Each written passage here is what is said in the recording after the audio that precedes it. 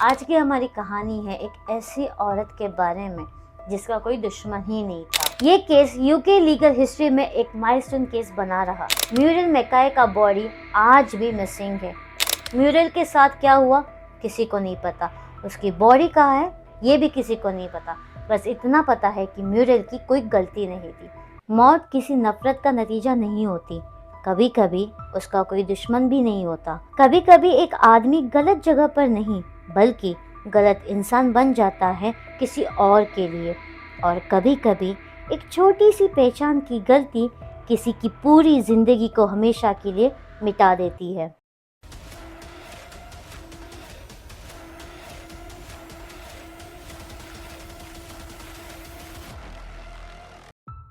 Om Namah Shivaya, Namaste and hello, this is Sharvari Mora. Welcome back to my channel. If you like my videos then please like, share and subscribe to my channel and don't forget to click the bell icon.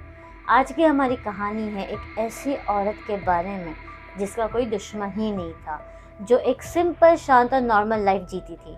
लेकिन एक रात वो एक ऐसे जुर्म का शिकार बनी जो उसके लिए था ही नहीं। ये कहानी है म्यूरियल मैकाई की।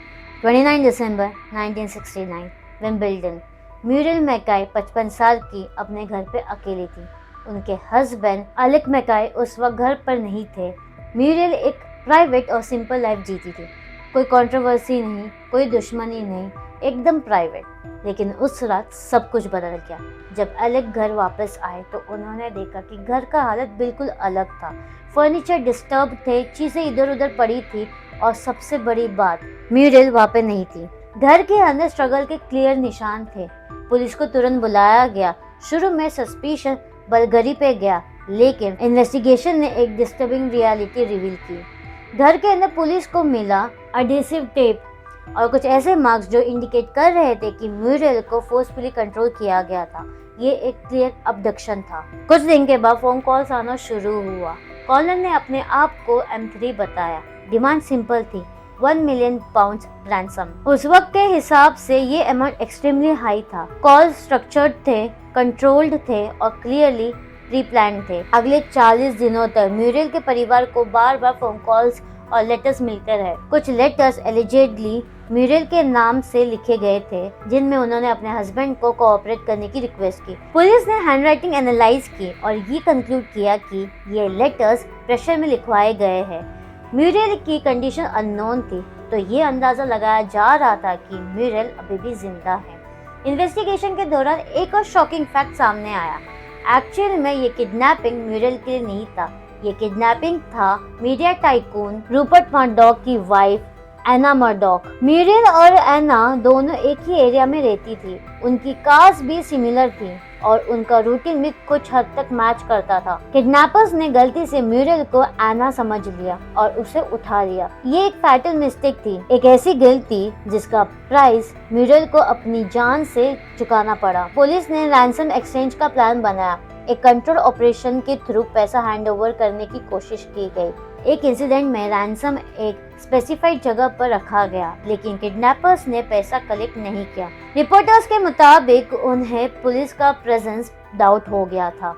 इस फेल एक्सचेंज के बाद सिचुएशन और कॉम्प्लिकेटेड हो गई। म्यूरियल का लोकेशन अननोन था और किडनैपर्स कॉशियस हो चुके थे। इन्वेस्टिगेशन धीरे धीरे सस्पेक्ट तक पहुंची। पुलिस ने ट्रेस किया कि एक रूरल लोकेशन रुक्स फार्म, यहाँ रहते थे दो भाई, आर्थर होजी और निजामुद्दीन होजी। पुलिस ने जब वहाँ पे सर्च किया तो उन्हें कुछ क्रूशियल एविडेंस मिले, जैसे कि ट्वाइन और टेप जो म्यूरियल के घर पे मिलता जुलता था, टाइपराइटर और पेपर्स जो रैंसम लेटर्स के लिए यूज होता था और कुछ फॉरेंसिक लिंक्स जो सस्पेक्ट्स को जोड़ता था। इन्वेस्टिगेशन ने एस्टेब्लिश किया कि रैंसम कम्युनिकेशन इसी लोकेशन से ऑपरेट हो रहे थे।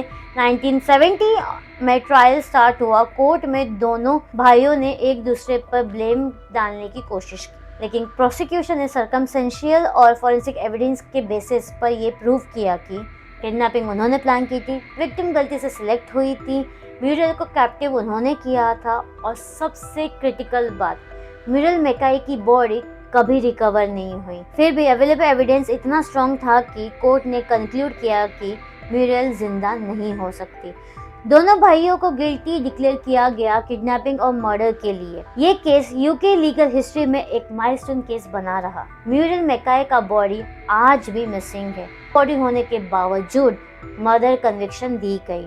सालों बाद निजामुद्दीन हुसैन ने ये बताया कि म्यूरल की डेथ कैप्टिवेट के दौरान हो गई थी और उन्होंने एलिजिडली म्यूरल लोकेशन का वेग डिस्क्रिप्शन दिया, लेकिन मल्टीपल सर्चेस के बाद भी 1970 से 2020 तक कोई भी कंफर्म रिमेन्स नहीं मिले। म्यूरल मैकाय का बॉडी आज भी मिसिंग है, लेकिन कोर्ट के हिसाब से ये केस सॉल्व हो चुका है। अक्यूज को कन्विक्ट किया गया है, कोर्ट का डिसीजन आ चुका है, लेकिन आज भी इस केस का एक सच कहीं दबा हुआ है। म्यूरल के साथ क्या हुआ किसी को नहीं पता, उसकी बॉडी कहाँ है ये भी किसी को नहीं पता। बस इतना पता है कि म्यूरल की कोई गलती नहीं थी। If you like my videos then please like, share and subscribe to my channel and don't forget to click the bell icon. मिलते हैं अगले वीडियो में अगले जॉनर के साथ। Keep watching Kahani talkies. ओम नमः शिवाय।